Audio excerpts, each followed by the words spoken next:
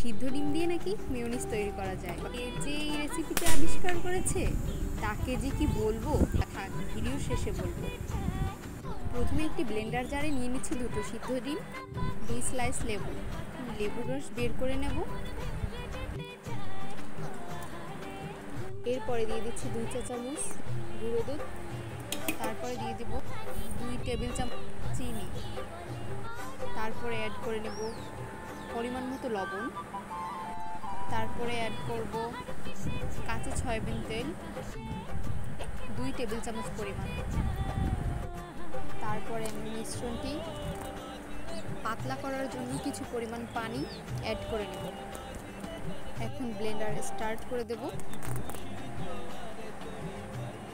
দেখে তো মনে হয় যে মেয়োনিজ কমপ্লিট হয়ে গেছে, কিন্তু আমাদের একটা কাজ করতে হবে। একটা চামচের সাহায্যে ভিতরে মেয়োনিজটা তৈরি হয়েছে কিনা বা ডিমের কোনো অংশ শক্ত আছে কিনা সেটা ভালোভাবে দেখতে হবে। এখানে ডিমের কিছু দানা দেখা যাচ্ছে, তাই আমি আবার ব্লেন্ডারটা স্টার্ট করে দেব। কি বোঝা যাচ্ছে আমার মেয়োনিজটা টোটালি কমপ্লিট। এখন শুধু পরিবেশন করার পালা। ডিমের মেয়োনিজ তৈরি রেসিপিটা যে আবিষ্কার করেছে তাকে সত্যি বাহবা জানানো উচিত। সত্যি অনেক টেস্টি হয়েছে।